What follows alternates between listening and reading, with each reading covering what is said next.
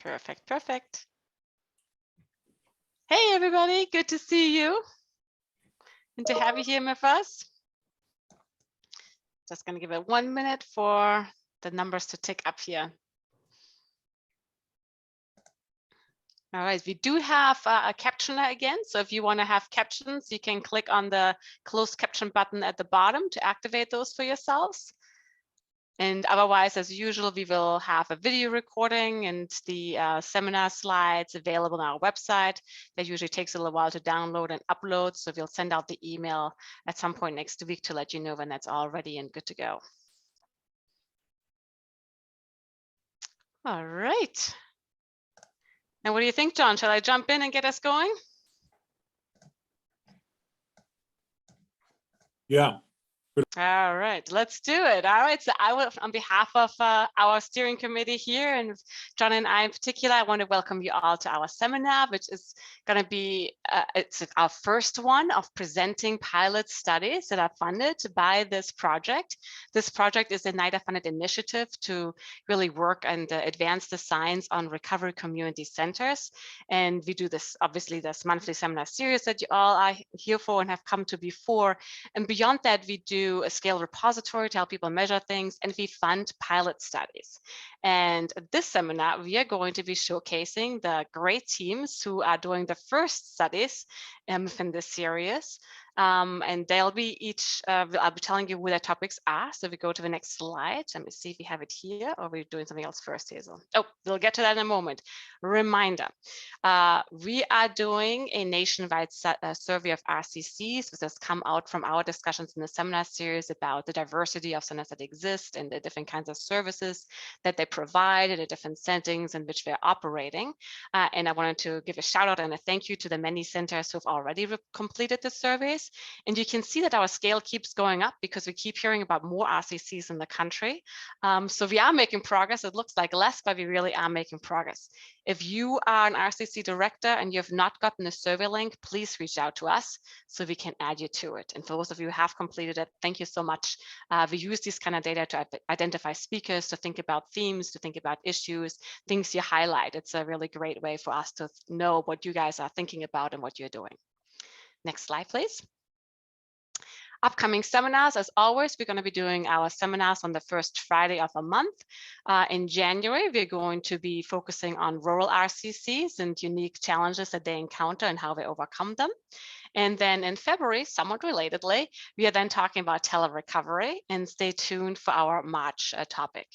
Next slide. So what we're going to do now, as always, is our polling questions. This is to capture who is here, if you're actually engaging different stakeholder groups in the seminar series. So please take a moment to click through here. And then there's a thing on the side. So click it and then slide it down to get to all the questions. And the last question on this list should be something about today's topic. So I'm going to do that myself right now. Yeah, the question number 5 is to check all you apply related to today.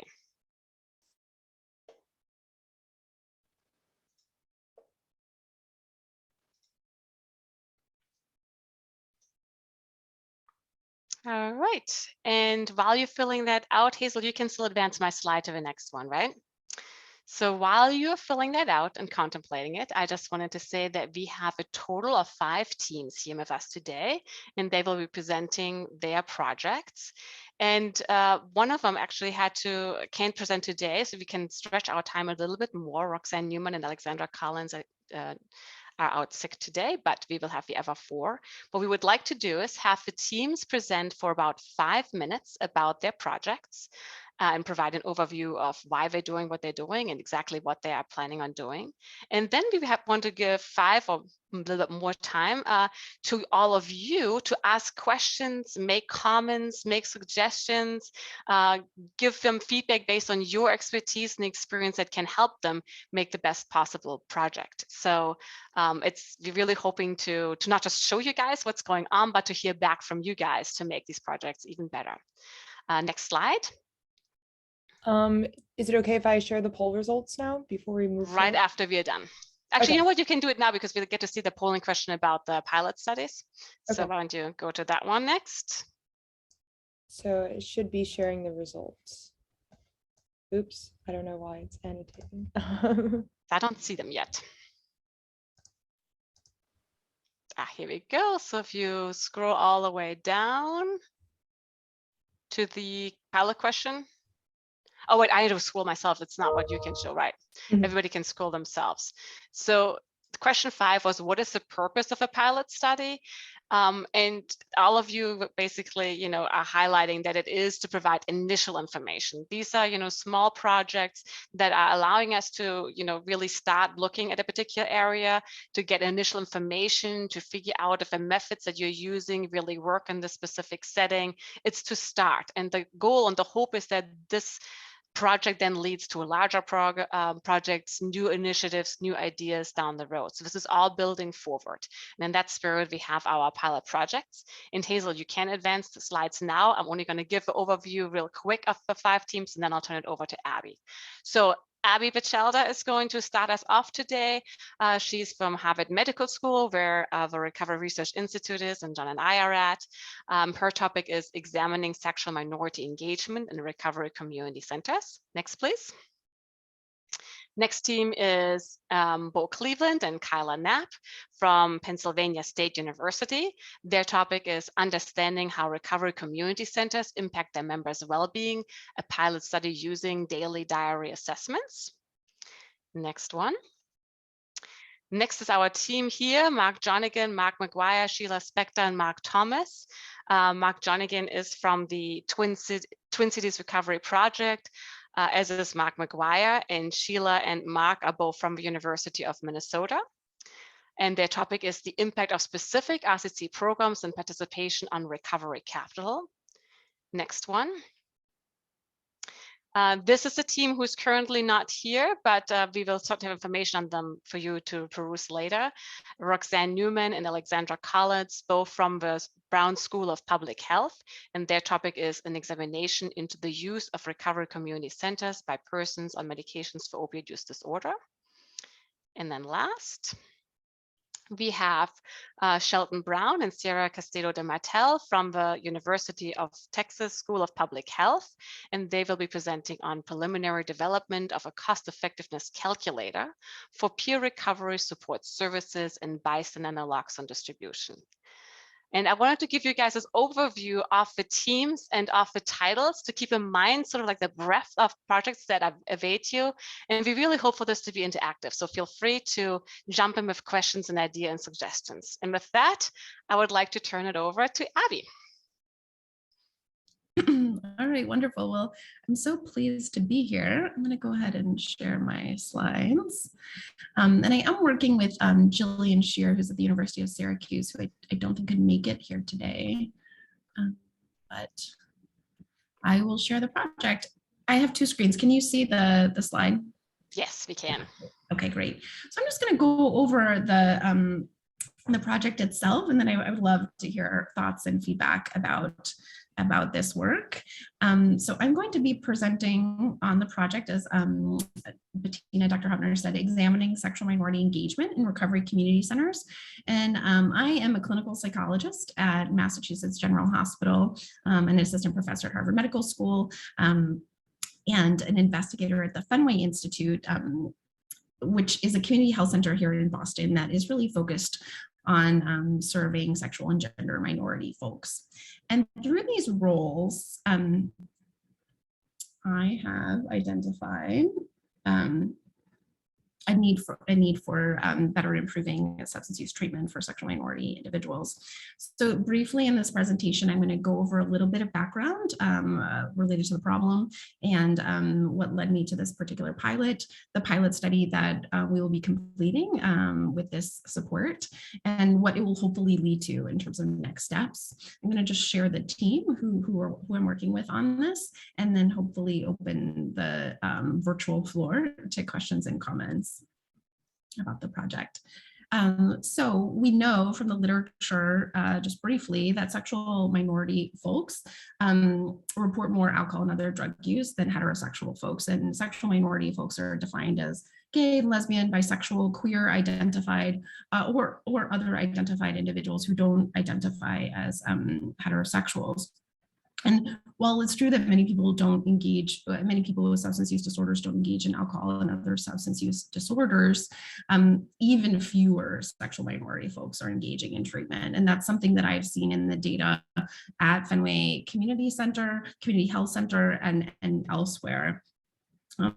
Recent findings from Dr. Kelly and Hopner, who everyone on this call knows well, I'm sure, let's see, I lost my slide, have identified that in recovery community centers in the Northeast, a higher than expected proportion identified as sexual minorities. And when I learned this, I was really interested, because going back to look at their data, over 20% of individuals who have participated in that previous work identified as sexual minorities, which is much higher than the general population, which is more like 4 to 5% of the population, which gave me pause and made me think, well, what is it about recovery community centers that may be helpful in better understanding and even addressing or improving existing treatment and recovery services for sexual minority folks?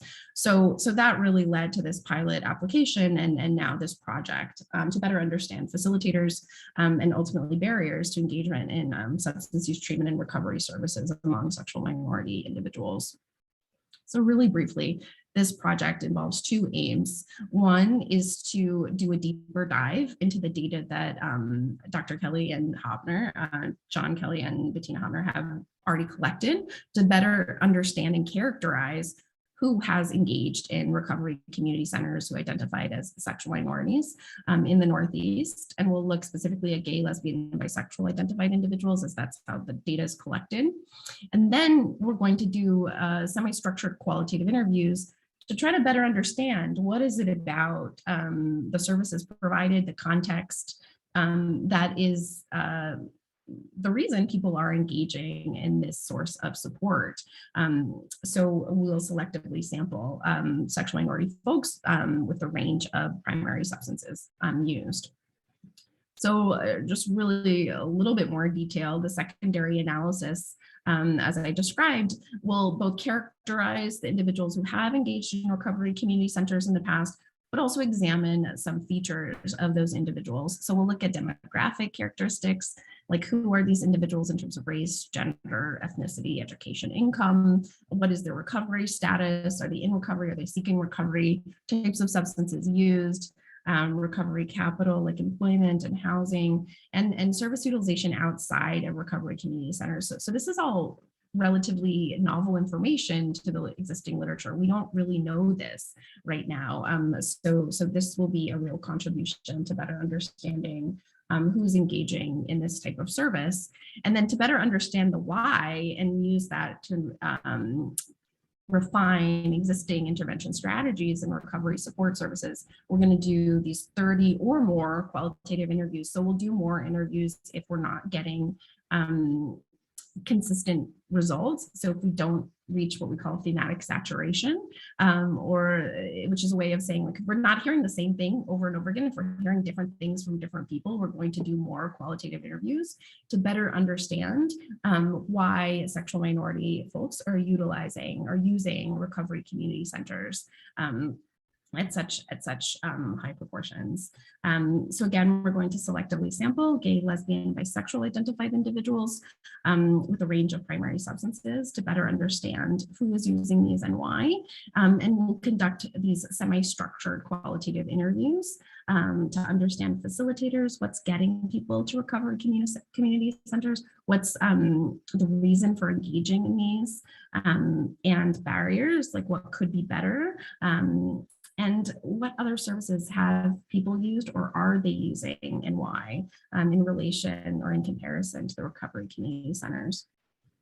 So the reason for doing this is really to better understand why we're seeing such high proportions of individuals who identify as sexual minorities using recovery community centers, and ultimately to use that information to inform future efforts to both treat substance use disorders and facilitate recovery support. As I mentioned, I've done some work looking at the data from a community health center specifically focused on sexual and gender minorities, and we are just not seeing engagement. People are not showing up to support programs, even though they are at elevated risk for substance use disorders, and those who do meet criteria are just not coming to the extent that they could. So I feel like this could be insightful. It could be eye-opening in terms of what do we need to do to better meet the needs of this underserved patient population. So the team, I am going to be working with Dr. Jillian Shear, who is a counseling psychologist with a background working with sexual minority women in particular, but also men in relation to alcohol use. And then John Kelly and Bettina Hopner as they had collected the original data that we'll be utilizing, and we're looking forward to working them and getting their feedback throughout the process as well. So those are my slides. That's the project. I'd love to hear questions, comments, feedback, ideas.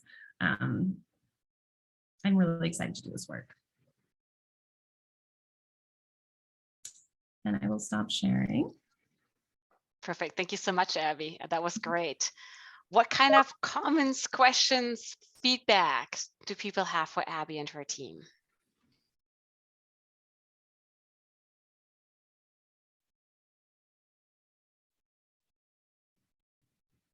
Anybody want to hazard a guess of why you think that RCCs are so much more successful and engaging?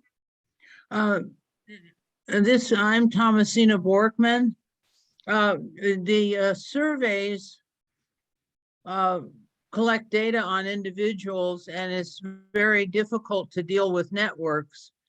Your qualitative interviews would give you a chance to see if the sexual minorities, the larger number of them, they may be coming from other groups. In other words, not random individuals. So I would definitely ask questions about groups they might belong to for other purposes, advocacy groups or et cetera. I think that would be fascinating and a really good use of qualitative interviews. Absolutely, I completely agree. I think that the other organizations and engagement, civic and otherwise, would be really interesting to know who are these individuals. Right. Absolutely. I don't know how to unraise my hand. Oh, now, okay. Thank you. Related question. So it seems like this study would generate hypotheses about why sexual minorities engage with RCCs, but you're curious about the preferential nature, and you want those lessons to apply for other kinds of programs as well. Yeah. So are you going to be assessing their facilitators and barriers for other non-RCC programs as part of this? And, yes. And also asking people who may have not participated in RCCs eventually, similar things about their perceptions of RCCs, if any, and programs. Certainly. So thank you for those questions. I will definitely be asking about facilitators and barriers to other treatments. I'm very interested to know how many individuals who have engaged in RCCs have engaged in other things and why or why not. So that's definitely part of the qualitative interview guide. For this particular pilot, I won't be going outside the scope of sexual minority folks who have not engaged in RCCs.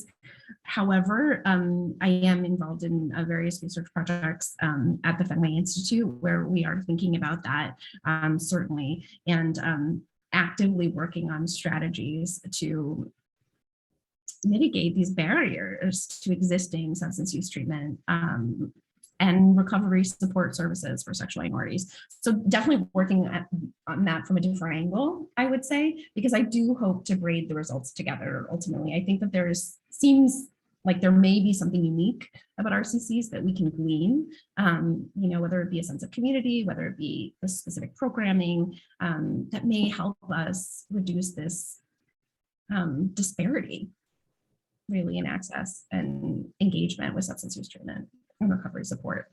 Thank you for your good work. And I hope you ask about programs not as enlightened as the Fenway Institute, because that's really oh, I know. Yes, I know. Well, yes. I mean, if it's happening at Fenway, it's definitely happening elsewhere, right?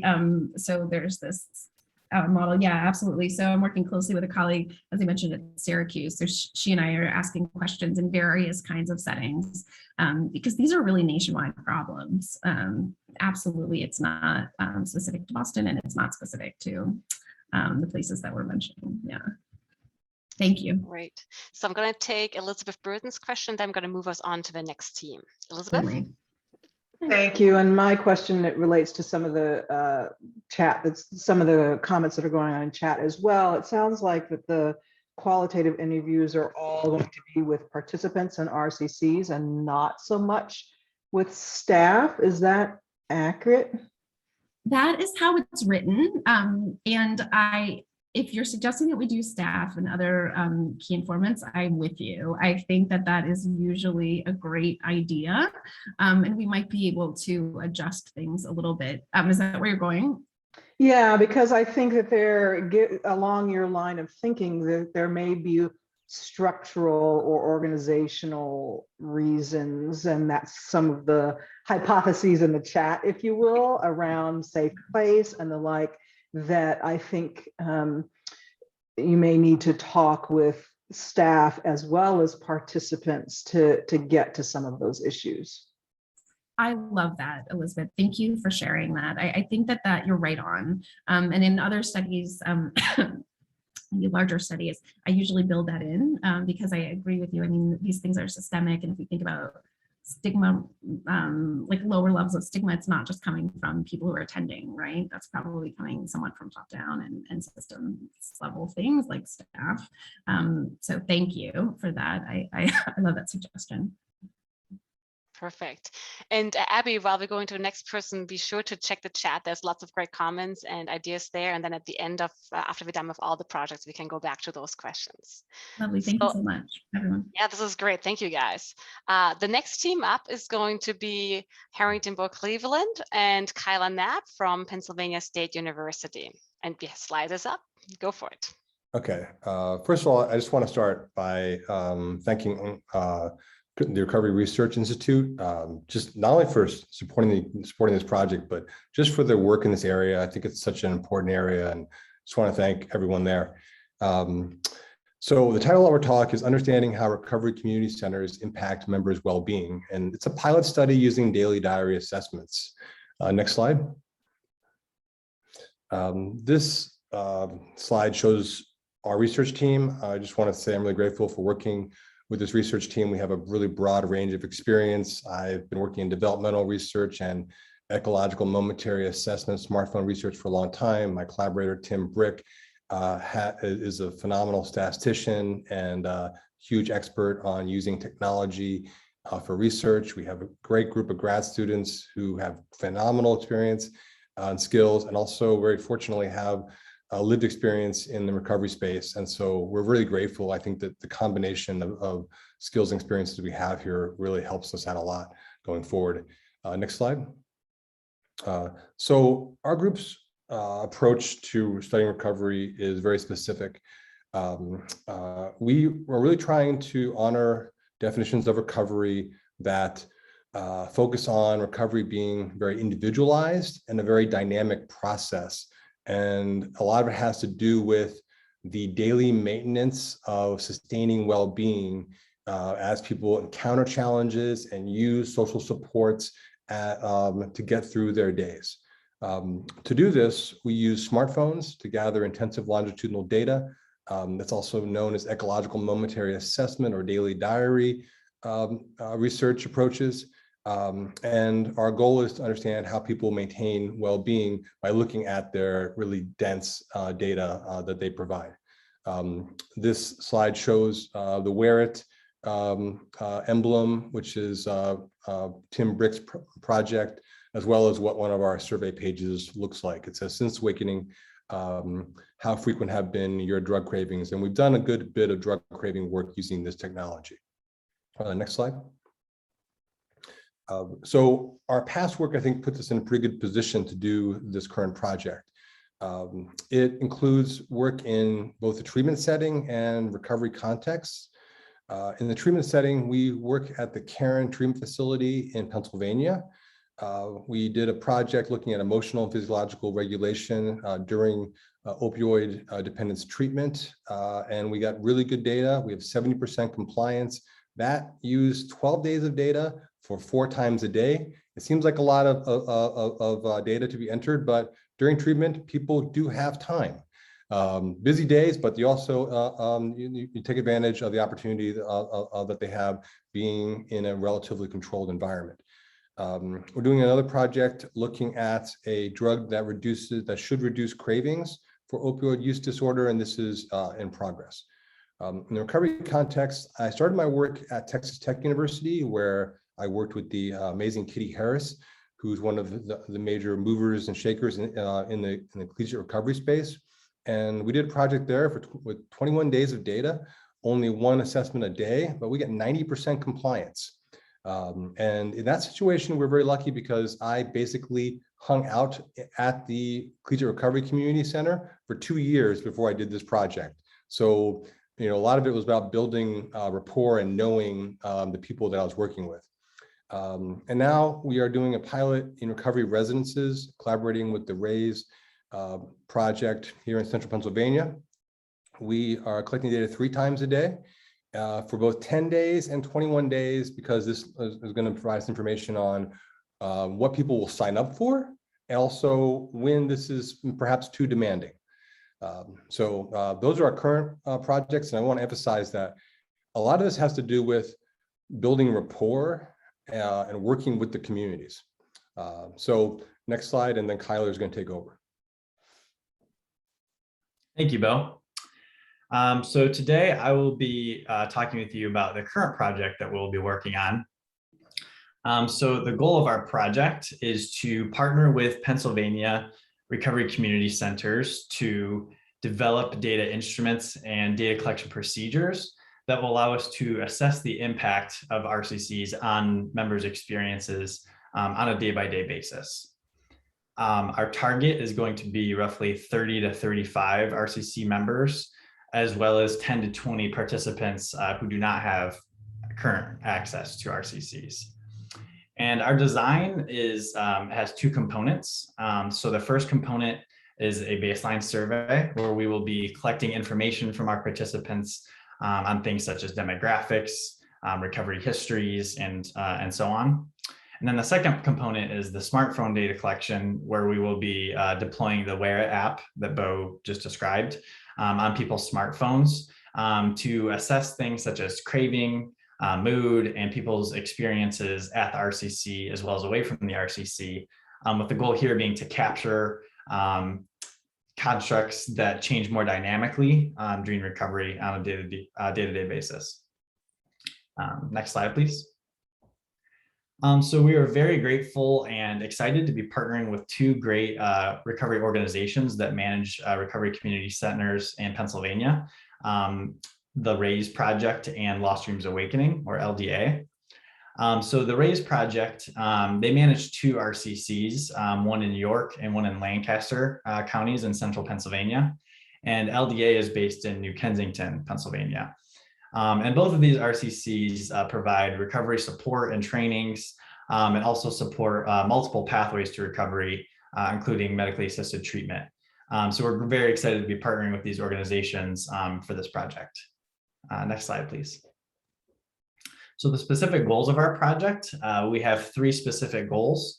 The first one is to develop our baseline and daily survey instruments specifically for this RCC context.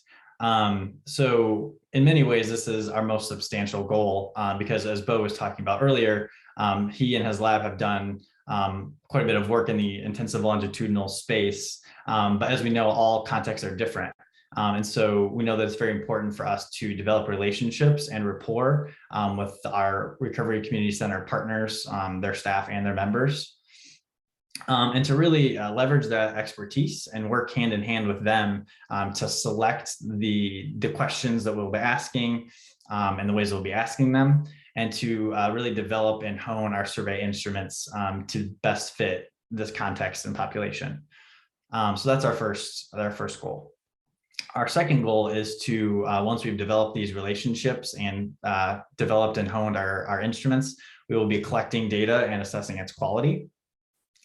So in this domain, once we've collected the data, we'll be doing things such as evaluating the response rate that we get to our surveys, our daily surveys, looking at the reliability of the instruments in our surveys, as well as testing potential associations in our data between things such as members' RCC experiences on a given day and their associations with well-being, for example, on that day. So our third and final goal is to determine the value of these assessments for RCC programming decisions.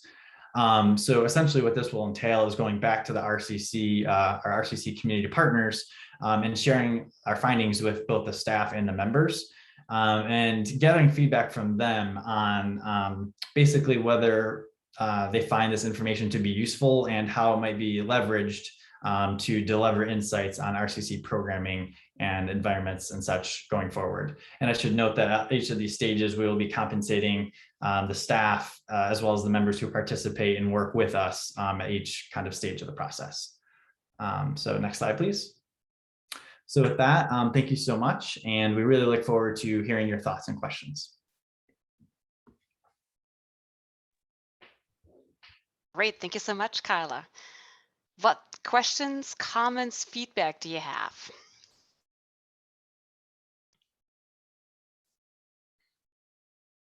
We can also let it percolate a little bit and move on to the next team, and then you can also have a chance after the next two presentations to provide some further feedback. Marc? I have one question, which is, do you have a plan to kind of roll out your tools for use in the wider community? We would love to do that, and we have the capability of doing that. And you know, the big challenge that we're running into is recruitment, remote recruitment.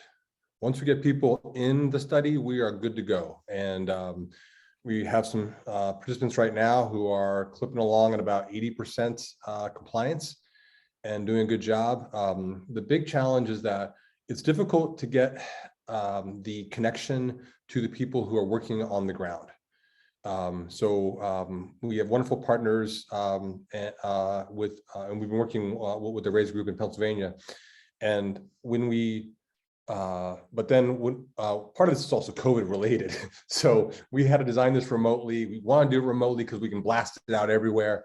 But at the same time, when we finally got to the recovery houses, some of the staff were like, yeah, I heard about this like 6 months ago, but I don't really know what this is about. So I started a tour of Pennsylvania where I drive to recovery houses with food and I get to know people. And a lot of it is just about building rapport, because why would they, you know, if I'm talking to people in recovery and I walk through the door, why would they provide their data and their effort? And so a lot of it is just building that relationship that very naturally happened when I was spending time with the recovery community at Texas Tech. I've done some work at the one at Penn State as well, but you know, it's a critical bit is actually building this rapport. And we've done work with homeless groups as well. And we're successful when we build rapport or when we have a program manager who's passionate about this stuff. And so that's really the very critical bit. So just passing out surveys and flyers won't work. So true. Amazing that you're doing that, Bo. That's great.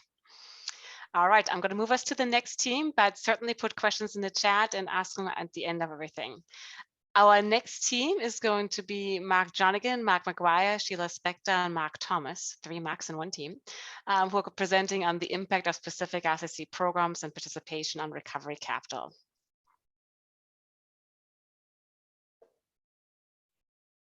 And I know Marc Johnigan rejoined Zoom. Are you back?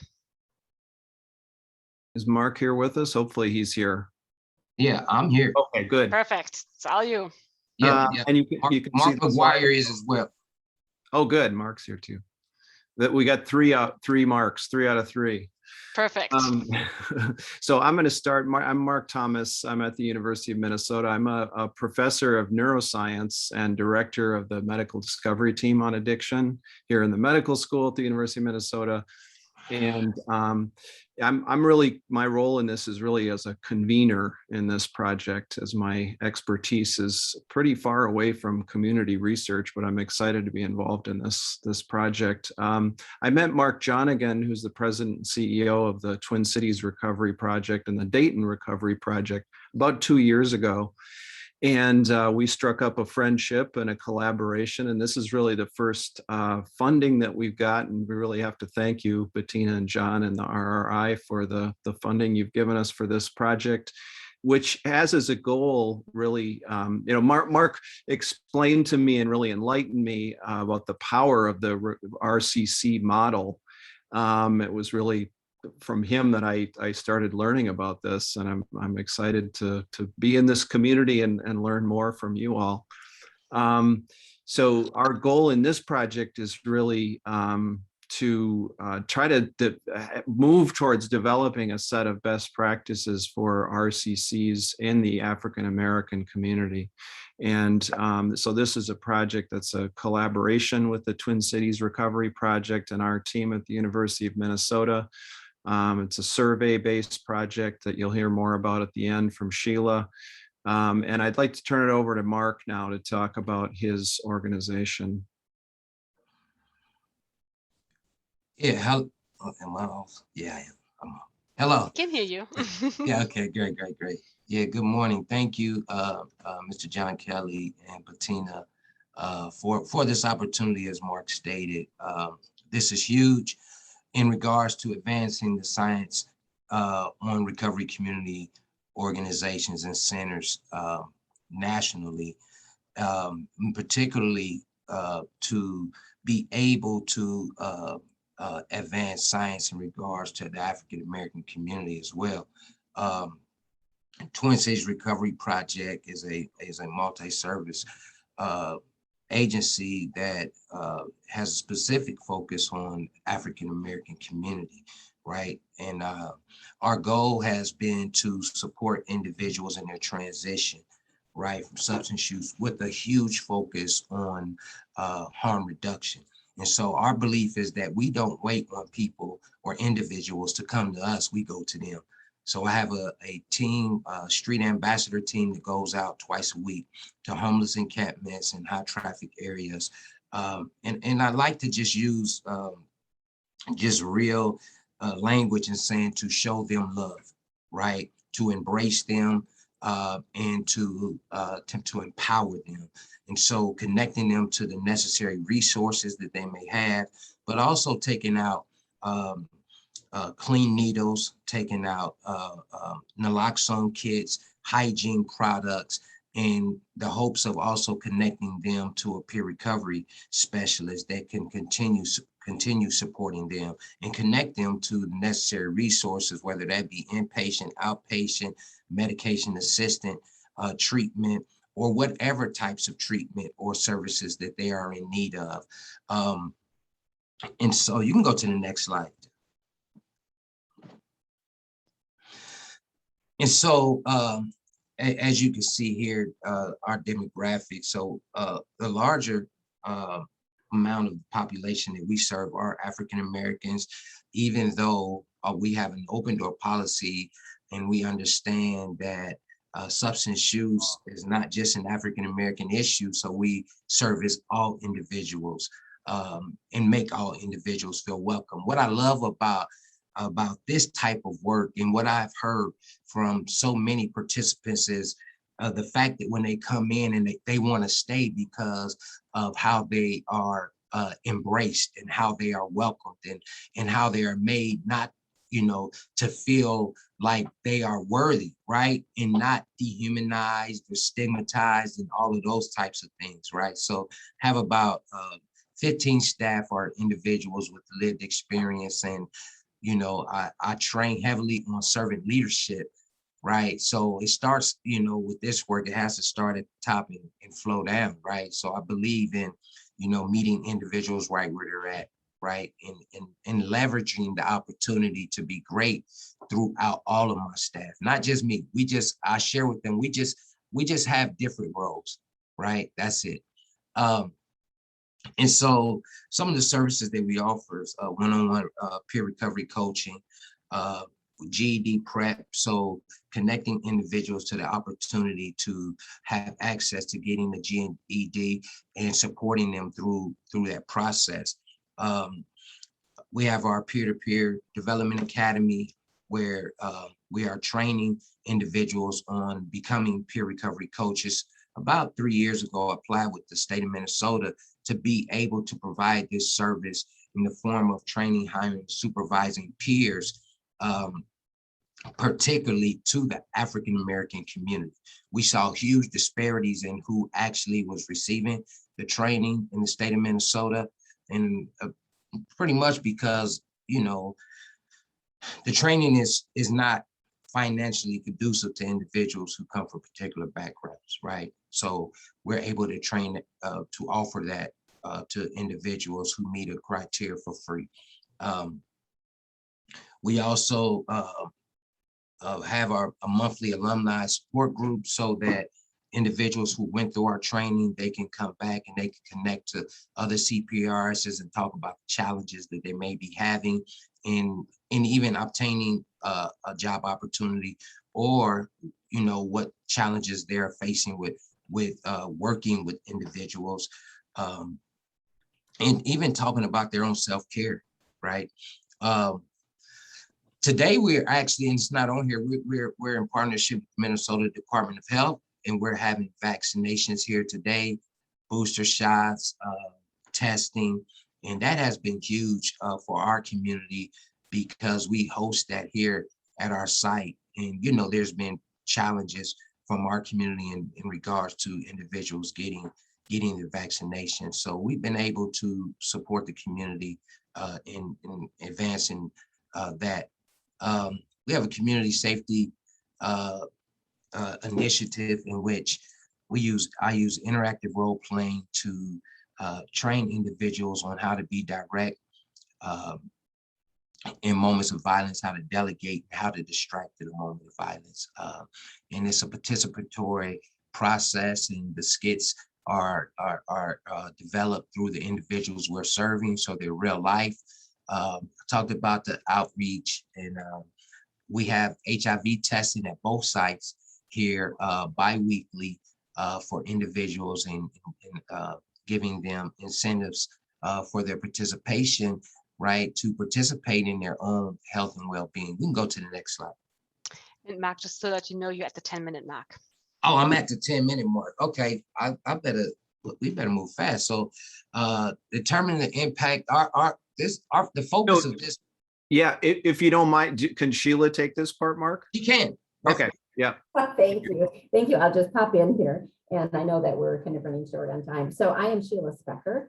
I am an addiction psychiatrist at the University of Minnesota, and have branched research into the community for the past several years, really. So I'm really pleased to be working with Marc Johnigan and the TCRP and Mark Thomas. And I am not a Marc. I'm the only one of the group that is not a Marc. So I just wanted to make note. Okay, so the advantages of this union, I would say, between the university and TCRP is we're able to, bring together our strengths and develop a way to really accurately, or more specifically, measure the impact and the effect of all of these services that are provided. Very unique. TCRP is so unique nationally. One of the other unique aspects of what we're doing is looking specifically at the Black population, and we know it here as elsewhere, the huge discrepancy there is in terms of outcomes, in terms of mortality rates, opiate use, and particularly notable here in our community. So that's where I think our project is particularly unique.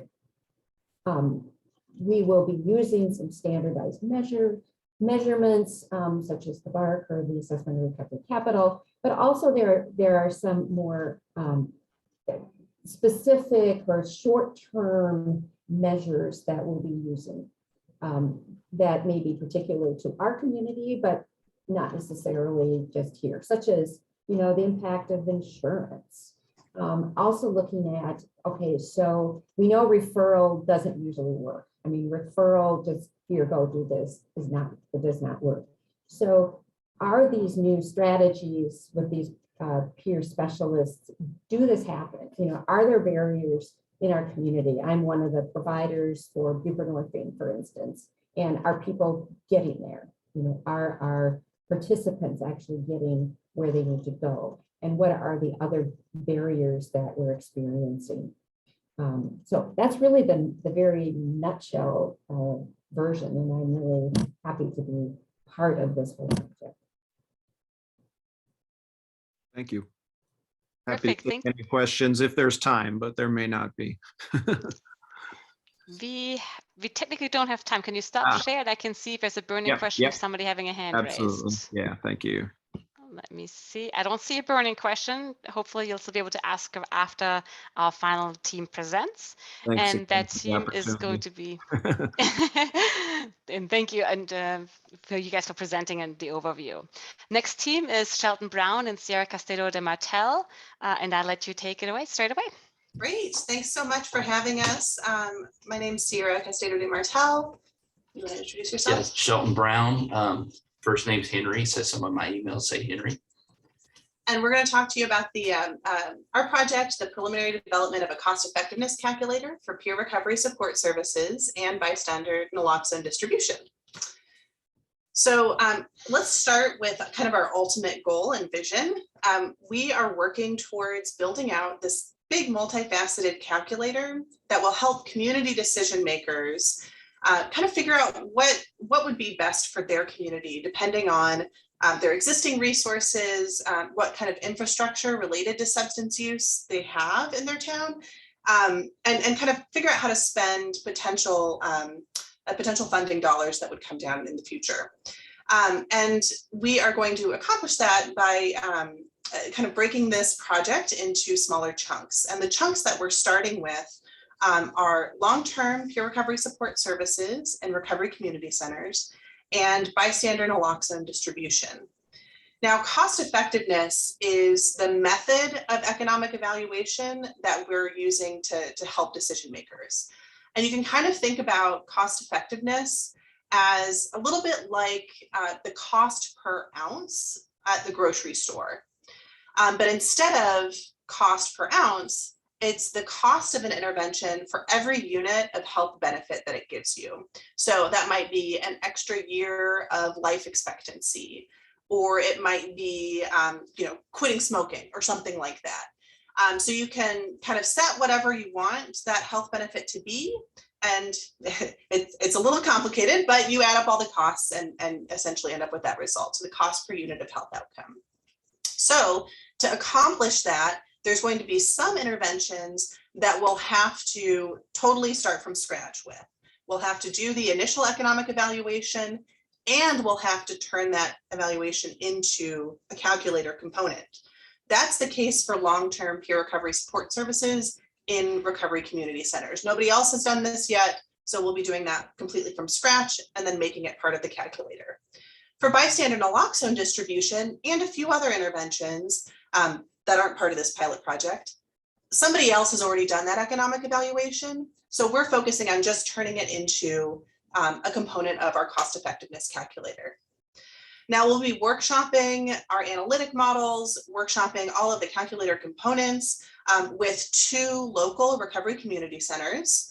And I want to give a huge thank you to Communities for Recovery and Recovery ATX. Those are the folks we'll be working with. I know I saw Bob on here. Bob is at Communities for Recovery.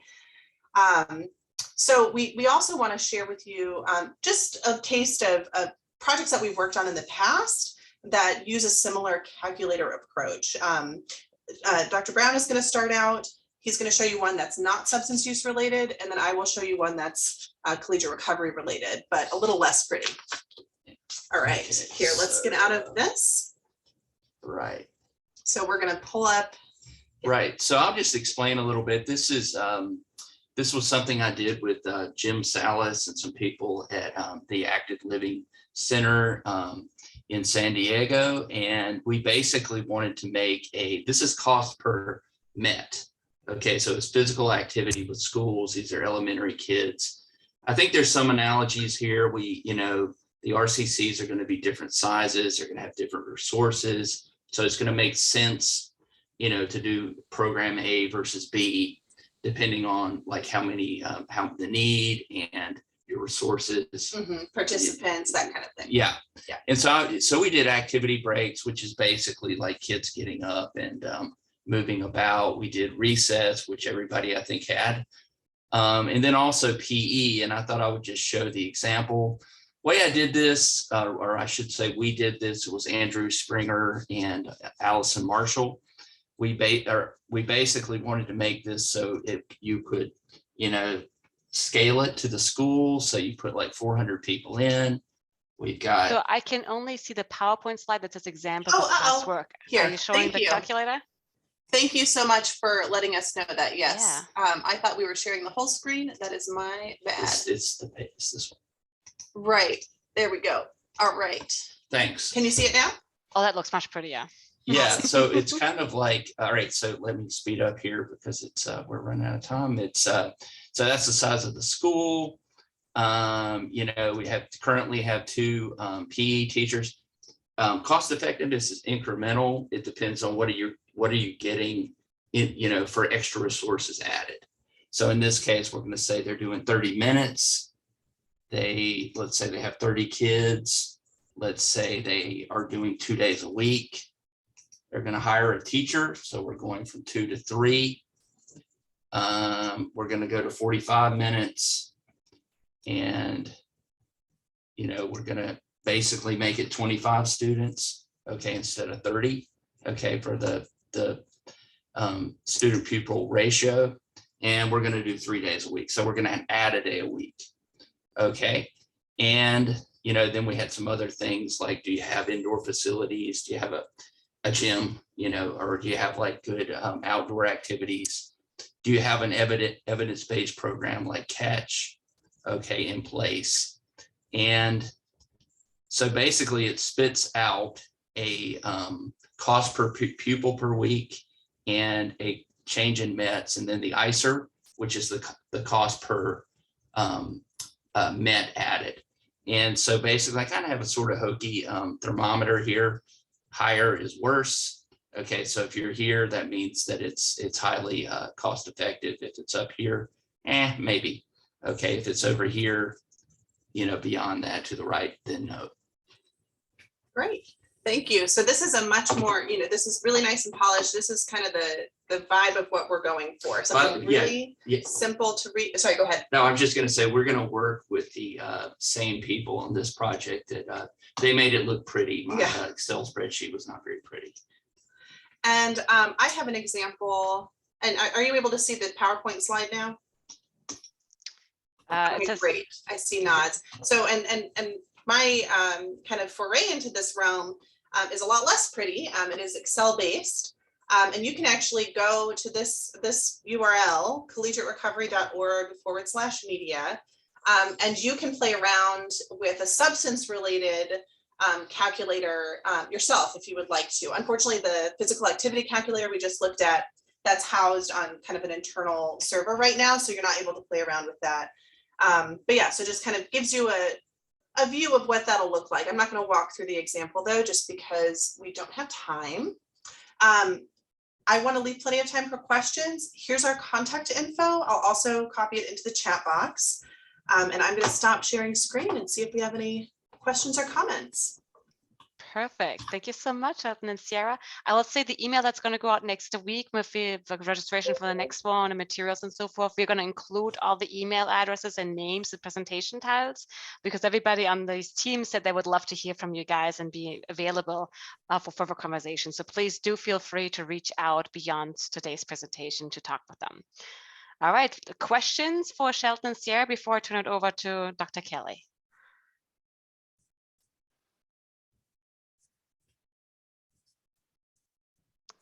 Akusa. So I actually have a question for Marc, the previous presenter, if that's allowed. Yes, which one of the Marcs? Go ahead. Oh yeah, you're right. The amazing presentation that they gave. So I'm a Doctor of Public Health candidate, and for my thesis project, I'm conducting a qualitative study involving Black American clergy and finding out their views on harm reduction and how the Black American Church can intervene in the opioid crisis. And since part of your focus is on Black Americans, I was wondering if you have thought of involving the church and the clergy in the amazing program that you're doing.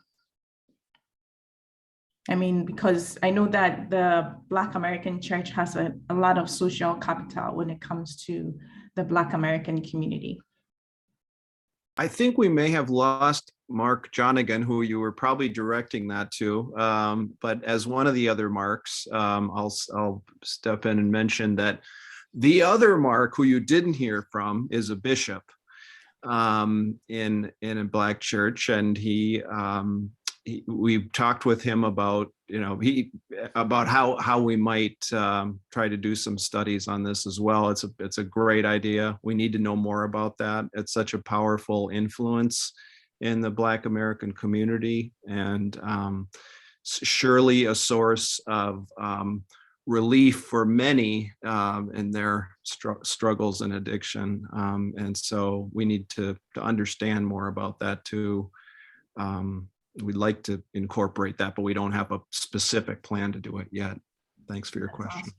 I'll encourage you to, because what I'm hearing so far is very amazing. They really want to help in the situation. Thank you. Great. Thank you. And with that, I'll turn it over to Dr. John Kelly for some closing comments.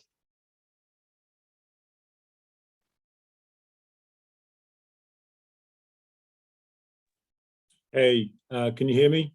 Hey, everybody, fantastic. I'm thoroughly inspired by that set of presentations. I hope you all found it as interesting and inspiring as I did. It was just fabulous. What a tour de force across many different domains. We heard about examination of the impact of specific RCC programs on recovery capital. What we didn't hear today, which is one of the funded projects, unfortunately, the presenters were sick, but a qualitative study looking at medication use, understanding medication use within the context of RCCs. We've heard about the cost effectiveness study, the fantastic promise of that. Also, a pilot study using kind of more fine-grained temporal resolution of assessment, and then sexual minorities, again, looking at very important issues of inclusivity and diversity within the context of RCCs and recovery support services. I thought what was nice about this array of presentations today, and I'm going to be very quick here because we're running out of time, but was just the bandwidth in terms of the array of methods, that was included: qualitative, quantitative, mixtures of both of those, cost effectiveness, and the different kinds of assessment in terms of kind of what they call ecological momentary assessment, or the kind of capture, electronic capture, of more fine-grained temporal capture of behavior change. Also, kind of the questions that were addressed really covers the gamut, doesn't it, of the things that we're all interested in this really early stage of research on recovery support centers. That is to say, who engages with recovery support centers? How do people use them? What do they use? What do they get from participation, and how cost effective are they? These are all critical questions which were addressed by these team of fantastic investigators and projects. And then covering just the final thing I just mentioned is the thematic focus. Again, very important issues of stigma, discrimination, and inclusivity, particularly regarding medication use, which we know is stigmatized, and how that is addressed in the recovery community. We're finding very good preliminary data already of how positively viewed medication use is by recovery community staff and participants. That's really good news. And also, the overrepresentation of minority participants is another really good sign that these entities are really attracting and engaging and really open to all kinds of folks from, regardless of pathway, regardless of race, creed, color, etc., or sexual minority status. And then the look on domains of functioning in terms of recovery capital broadly writ, and also quality of life and self-esteem, happiness, these kinds of things, as well as the accrual of more standard things like housing, jobs, training. All of these things are captured and covered in these domains. So it really is just a nice mix for me. And I think it really impressed the reviewers on the board, our advisory board who were reviewing, including Bettina and myself, just really inspired by this set of presentations and projects. And I just can't wait for the data. I've eaten my lunch, but I'm hungry again for some for these projects to be done. And it was just really inspiring to see them all. Congratulations to everybody for getting these projects. And thank you all for applying. As Bettina often mentions, you know, we want to work with you. If you have projects and you're not quite sure about them, please reach out and you know, pitch an idea. We're happy to help you. You know, we want this to be a collaborative thing. The goal is to really get more research going. So if you have an idea and you're not quite sure what to do with it, pitch it to us and we can maybe help you brainstorm about how to plan it out. And we want to be on your side to get funded. So thank you for applying. Congratulations. And I'll turn it back to you, Bettina. Wonderful. Thank you, John. And I just also wanted to add my huge thank you for you all for applying and conducting this research, and for everybody for coming here, sharing ideas, feedback. We have so many comments in the chat. We will be downloading the chat and reading through it and emailing it to you all. It is such a pleasure to be working with you all, with this amazing group of people on advancing the science and recovery community centers together. Thank you all very much. And I'm already looking forward to seeing you all in January again.